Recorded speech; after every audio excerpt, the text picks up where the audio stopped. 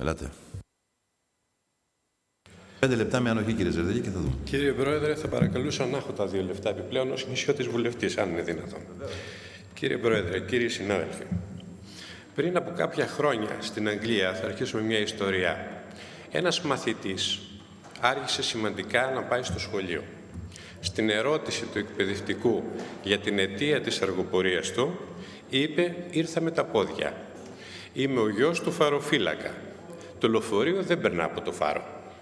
Σύντομα, η δημόσια συγκοινωνία στην Αγγλία αυτή την εποχή έβαλε στις τάσεις της και το φάρο. Αυτά συνέβησαν, αγαπητοί συνάδελφοι, στην Αγγλία πριν έρθει ο θατσερισμός, η νεοφιλελεύθερη λογική που επιτέθηκε με πραγματική μανία πάνω στα δημόσια αγαθά, όπως είναι η συγκοινωνία, όπως είναι η υγεία, όπως είναι η παιδεία, και σχεδόν τα κατήργησε. Για το παρόν νομοσχέδιο έχω να παρατηρήσω τα εξής, μια και αφορά την εκτοπλοεία και είμαι και νησιώτης. Υπάρχουν στον ελλαδικό χώρο 117 κατοικημένα νησιά. Από αυτά τα νησιά, τα κατοικημένα είναι 73 είναι άνω των 100 κατοίκων, 57 άνω των 1000 κατοίκων. Καλούμαστε με το νομοσχέδιο το οποίο θα ψηφίσουμε, τα νησιά αυτά, αυτούς τους κατοίκους, να μπορέσουμε να τους εξυπηρετήσουμε συγκοινωνιακά, ώστε και να επικοινωνούν με το κέντρο, με την Αθήνα ή τη Θεσσαλονίκη, κατά περίπτωση, αλλά και μεταξύ τους αρκετά συχνά. Με το παρόν νομοσχέδιο είναι αυτό εφικτό? Η απάντηση είναι όχι. Γιατί? Δεν θα το αδικούσαμε το νομοσχέδιο, κύριοι συνάδελφοι, αν το χαρακτηρίζαμε ότι διακατέχεται από νεοφιλελεύθερες αιμονές και είναι εμφανή και τα θατσερικά του γονίδια. Θα εξηγήσω γιατί. Πρώτον, καταργεί το ηλικιακό όριο στα πλοία. Δεύτερον, δίνει τη δυνατότητα, κύριοι συνάδελφοι, σε παροπλισμό επιπλέον 45 μέρες ενός σκάφους πέραν του διμήνου ετήσιου παροπλισμού του για έλεγχο.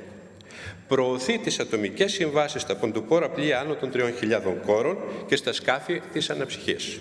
Μειώνει το προσωπικό, το ξενοδοχειακό των σκαφών κατά τους χειμερινούς μήνες και δίνει στον Υπουργό το δικαίωμα να αποφασίζει για την οργανική σύνθεση των πλοίων χωρίς αντικειμενικά κριτήρια. Μειώνει το χρόνο δρομολόγησης των πλοίων σε 8 μήνες και δίνει τη δυνατότητα αντικατάστασης τους με μη ισοδύναμους σκάφους. Αποχαρακτηρίζει ως ναυτικούς, και πρέπει να το προσέξουμε αυτό, τους μακροχρόνιας άνεργους στην ναυτιλία.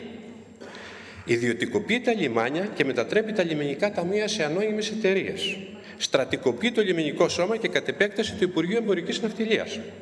Στα παραπάνω πρέπει να προσθεθούν και τα μέχρι τώρα δεδομένα στην ακτοπλοεία, που είναι η απελευθέρωση των ναύλων το 2005 επί Νέας Δημοκρατίας και η κατάργηση του τέλους υπέρ ΝΑΤ το 2010 επί ΠΑΣΟΚ.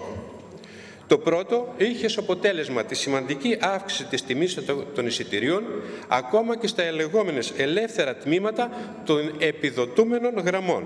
Και το δεύτερο προκάλεσε την απώλεια εσόδων από το ΝΑΤ, χωρίς οι εταιρείες να προχωρήσουν σε αντίστοιχες μειώσεις των τιμών και των εισιτηρίων. Επιτρέψτε μου να αναφερθώ και σε παραδείγματα από την παρούσα κατάσταση στον χώρο της ακτοπλοείας που αφορά την νησιά και να κάνω προβλέψεις κατά την άποψή μου ασφαλής αν ψηφιστεί και εφαρμοστεί το υποσυζήτηση νομοσχέδιο. Πριν μερικές μέρες ο Δήμαρχος και ο Αντιδήμαρχος Λίμνου δικάστηκαν μετά από αγωγή της ΝΕΛ, διότι μαζί με τους κατοίκους αντέδρασαν στη δρομολόγηση γερασμένου και αργού πλοίου. Η φράση του Δημάρχου, οι κάτοικοι της Λίμνου ή θα ταξιδεύουν ταλαιπωρημένοι με σαπιοκάραβα ή θα πληρώνουν μια περιουσία για να ταξιδέψουν ο αεροπορικός, φαίνεται ότι ενόχλησε την εταιρεία. Με το παρόν νομοσχέδιο, το ίδιο σκάφος θα μπορεί να συνεχίσει τη δρομολόγησή του. Η συγκοινωνία της Λίμνου με τη Λέσβο γίνεται 3 φορές την εβδομάδα. Το χειμώνα, μερικές φορές λόγω δυσμενών καιρικών συνθηκών, τα δρομολόγια δεν εκτελούνται. Με υπαρκτά τα προβλήματα των κατοίκων της Λίμνου, από την κατάργηση της ΔΟΕ, τη μη δημιουργία ΚΕΠΑ στο νησί, που αναγκάζει μέχρι και μακροχρόνια κατάκητος να ταξιδεύουν με συνοδεία στη Λέσβο και τη συνεχιζόμενη λειτουργική διασύνδεση του νοσοκομείου με αυτού της Λέσβου, είναι φανερό ότι οι ευξημένες ανάγκες μετακίνησης δεν εξυπηρετούνται σήμερα στοιχειωδώς ικανοποιητικά. Το ίδιο περίπου συγκοινωνιακό έλλειμμα με τη Λίμνο παρουσιάζουν μια σειρά άλλα νησιά του Αιγαίου. Οι σχέσεις συγκοινωνίας και επισκεψιμότητας και ανάπτυξης, ειδικά για τα νησιά, με ιδιαιτερότητα της εδαφικής ανσυνέχειας, είναι αμφίδρομη. Η συγκοινωνία προάγει την επισκεψιμότητα και την ανάπτυξη και αυτές με τη σειρά τους δημιουργούν ανάγκη συγκοινωνίας, μισό λεπτό κύριε Πρόεδρο, και διεκδικούν τη βελτίωσή της. Αν θέλουμε να μαραζώσει ένα νησί, δεν έχουμε παρά να διακόψουμε τις συγκοινωνίες του ή να τις μεταβάλουμε επιχείρω. Και αυτό θα γίνει όλο το χρόνο για μια σειρά μικρά νησιά, χωρίς ενδιαφέρον και προσδοκία κέρδος για το εφοπλιστικό κεφάλαιο, και σε μεγαλύτερα νησιά τους χειμερινούς μήνες. Υπόθηκε ότι στην ελληνική ναυτιλία συνολικά απασχολούνται 192.000 εργαζόμενοι.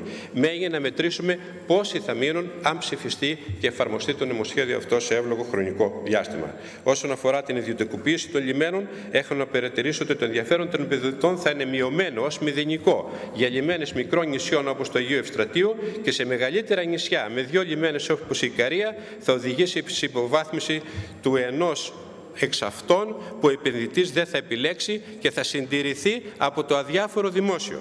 Τελειώνοντας, κύριε Πρόεδρε, δεν θα τα πω όλα αυτά που θέλω να πω, αλλά για τους λόγους αυτούς καταψηφίζω το νομοσχέδιο. Καλώ δε ιδιαίτερα τους νησιώτες βουλευτές, αν ακόμα χτυπάει η καρδιά του νησιώτη μέσα τους και συλλογούνται με την ψυχή του ναύτη, να καταψηφίσουν το νομοσχέδιο. Ευχαριστώ. Και εμείς ευχαριστούμε. Ο κύριος Ανδρέας